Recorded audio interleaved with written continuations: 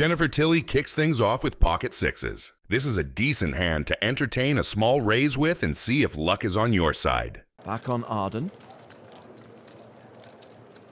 She calls the 3-bet as well, so 3-way to the flop. Oh my word, set over set and Griffin's flop top pair? This is going to be bad for Griffin, but it's going to be real bad for Arden. With the board that the flop delivers, everyone has something to bet about. But instead of that, Tilly and Cho decide to check. With that in mind, our weak top pair is trying to take control of the board by shooting a small bet of $2,500. Tilly is loving it because other than a set of kings, nothing else on the board beats her, and she would love to see this pot growing, so naturally she calls. Miss Cho, on the other hand, has a completely different plan. She is not waiting for the pot to grow. She is growing it herself. She does that by firing a $9,400 bet. Now Benger has a choice. Entertain this top pair, or realize the truth and just give up. Why is he so serious? He's like a goober 99% of the time.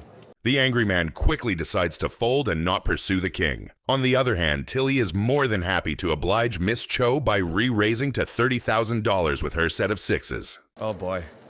Jen re-raises $30,000.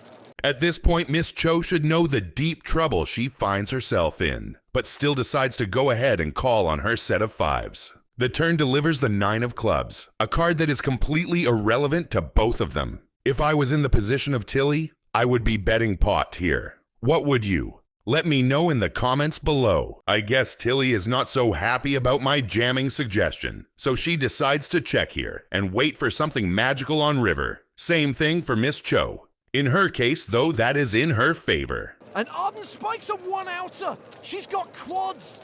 Meanwhile, Jen has rivered a full house. Buckle up, because this hand just went from pretty sick to absolutely bonkers. People say patience is a virtue, but in Tilly's case, her patience came to bite her from behind. The river delivers the only card that can save Miss Cho, and that is the 5 of clubs. Now the only question is, will Tilly get baited by her now full house hand? Or will she read her for the quads Miss Cho has? And as we all thought she should do, Miss Cho goes. There it is. This is not good. No, it sure isn't. If Jen calls, this will be the biggest pot of the game. Arden, you have quads because it can't be quads. Does she know? I don't think you have kings full. And I don't think you have 9s full. You might have 5s full. That's a call. Daniel Negreanu is looking down on 6-5 offsuit. He opens to $3,500. He wants position and initiative against 2 players who defend wide rather than a bloated pre-flop pot. Laak calls with ace-queen, choosing underrep over isolation. A 3-bet would narrow Negreanu and invite a 4-bet, while flatting keeps dominated aces and king-queen in. Oh, damn. Can't believe you put me in this spot, yo. You put me in a bad spot right now, man. Kind of what I do. Tony G calls with 8-6 suited because closing the action lets a speculative hand realize cleanly when the pot goes street to street. Laak checks the rainbow flop to hand the mic to the pre-flop raiser, which is exactly what top pair, top kicker wants when it aims to harvest bets. Negreanu bets $6,500, not to scoop immediately, but to declare range, fold out the air, tax king highs and medium pairs, and force the callers to wonder if he truly owns the ace. Laak calls rather than raise because inflating now isolates a narrow, strong continue range. Calling keeps Negreanu's bluffs alive. No outs. Sounds good. Tony folds once bet and call collapse his floats and weak pairs, and Laak is suddenly under-repped with the deck on a string. Laak checks the paired ace turn to continue disguising strength and to invite another barrel on a card that supercharges the raiser's story. Negreanu bets $9,000 because if you told the ace on the flop, you must keep telling it here. The second stab squeezes king X and pocket pairs that now fear trips and stays perfectly coherent with an ace X value line. Laak calls again, a disciplined slow roll of information. Ace-queen sits far ahead of Negreanu's c-betting region. The texture offers no front door draw to miss, and letting Negreanu keep writing is the highest EV path. Violent call. Violent. Knock the ace out the park. Laak checks the river jack for a third time to finalize the inducement and cap his line in Negreanu's eyes. Negreanu fires $28,000, a polarizing closer, trip aces or nothing, and 6-5 is a tidy bluff candidate because it unblocks the folds he wants. Pre-flop, I was like, does he have 2 kings? But I can't fold, can I? I have too big a hand. You have the trip aces. Negreanu bets more than half the pot after you checked. What's your move? Do you call his bluff or believe him and fold? And why in one sentence? Best clear answer gets pinned. I feel like I'm paying you off, but I don't know if I can fold. I don't think I can fold, Daniel. Daniel, son. Me not strong. Me not know how to fold. There's the call. Oh, you wanted to fold so bad, too. You got it. Jennifer Tilly is looking down on 8-6 suited. Negreanu opens with ace-2 offsuit. That is a light but purposeful steal, using the ace as a blocker to reduce the chance he runs into a premium and leaning on position to realize whatever equity shows up later. Tilly answers with a re-raise. That choice is great against a suspected wide open because suited connectors play cleanly post-flop, deny cheap realization to the opener, and set her up to attack a player who loves to take flops. It's a little too small, Jen. Phil Laak is going to be upset with you after that raise size because it's too small. Last time I took advice from you, I lost the tournament. Sorry. Negreanu calls rather than 4-betting. He keeps her range wide, carries the positional advantage into a pot that is not yet bloated, and quietly pockets the option to turn later cards into leverage even when he misses. Okay, now I'm going to do the dunk bet. It's not a donk bet because you were the pre-flop raiser. Oh, okay, it's not a dunk bet. It's a continuation bet. A continuation bet. Tilly follows through for a small C-bet. The sizing stresses floats and gut shots and keeps her range comfortably uncapped. A lot of bad cards come off, and then I can just bluff raise the turn or something stupid like that. You could.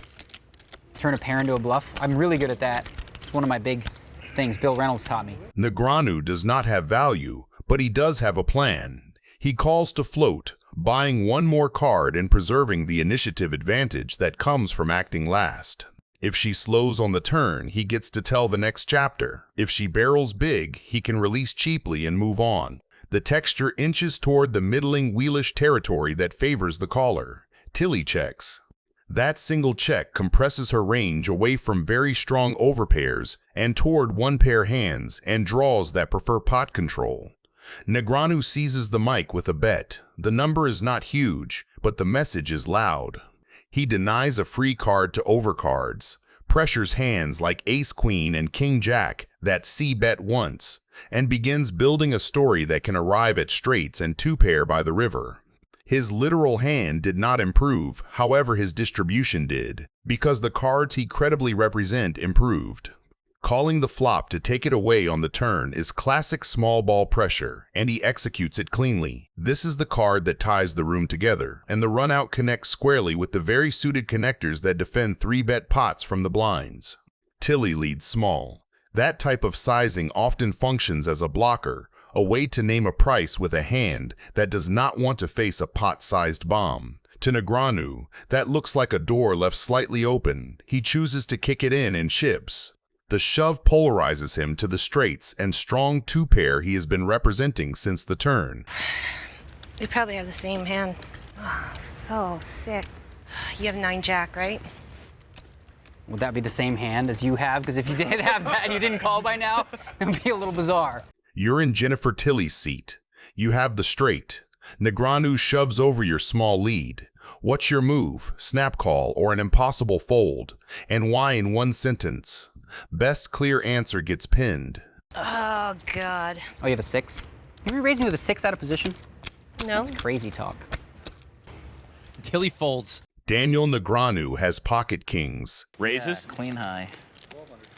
Queen high? He opens the pot to $1,200, a classic early position flex that targets the blinds and sets up a pot he can steer in position. Phil Hellmuth, smooth, calls, choosing pot control and range protection over a thin 3-bet. Eugene Katchalov comes along as well with ace-9, content to realize in position and take a multi-way flop against 2 ranges that can play face-up on ace-high textures. Katchalov checks the ace-high flop, protecting a top-pair hand with a middling kicker and letting the action declare itself. Negreanu checks behind. Pocket kings hate attacking into two players on an ace board, and the slowdown keeps weaker hands and bluffs alive while controlling the pot.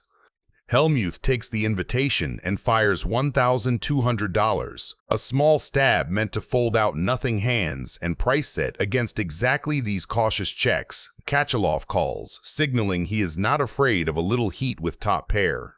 Negreanu overcalls, a cagey line that keeps both ranges uncapped and disguises the true strength of kings by wearing the same hoodie as Ace-X. You too, Daniel? Yeah. My God.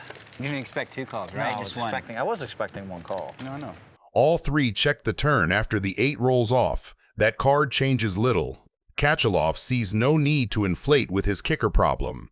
Hellmuth's one-and-done bluff correctly shuts down into 2 sticky ranges, and Negreanu continues the sandbag, preserving the option to spring value or bluff catch on rivered scare cards.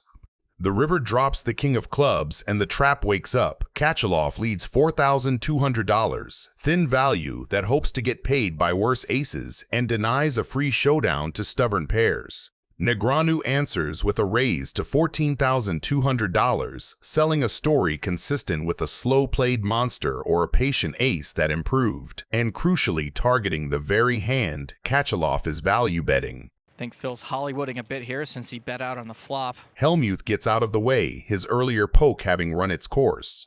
Faced with a credible, disciplined raise from a player who never overbets his bluffs, Katchalov has to reassess whether Ace-9 is really a cash-out hand or a tip jar. What is your read? Are you folding or calling in Katchalov's position? Let me know in the comments. And Eugene folds. I had at least that. The loose cannon is looking down on pocket jacks. He puts in the re-raise to $4,200, and that single decision defines everyone else's incentives. From his seat, he is doing 2 things at once: value targeting the opener with a tight, high card-heavy range, and forcing the field to reveal how speculative they're willing to get at price. And Hachem, with a mid-pair, is taking the classic set mine plus pressure line. The price after a 3-bet is not perfect, but against 3 players, the implied odds get juicier, and 7s retain outs against almost anything. Okay, we all wasted time. We did our little, every one of us, we did the, we're calling. Yeah. Whenever you call everybody knew it was. We all know we're calling. It's just a little, we're trying to be like Jennifer Tilly there a little bit. Actors. Oh, yeah. The loose cannon has just connected in the strongest way possible and chooses stillness over fireworks.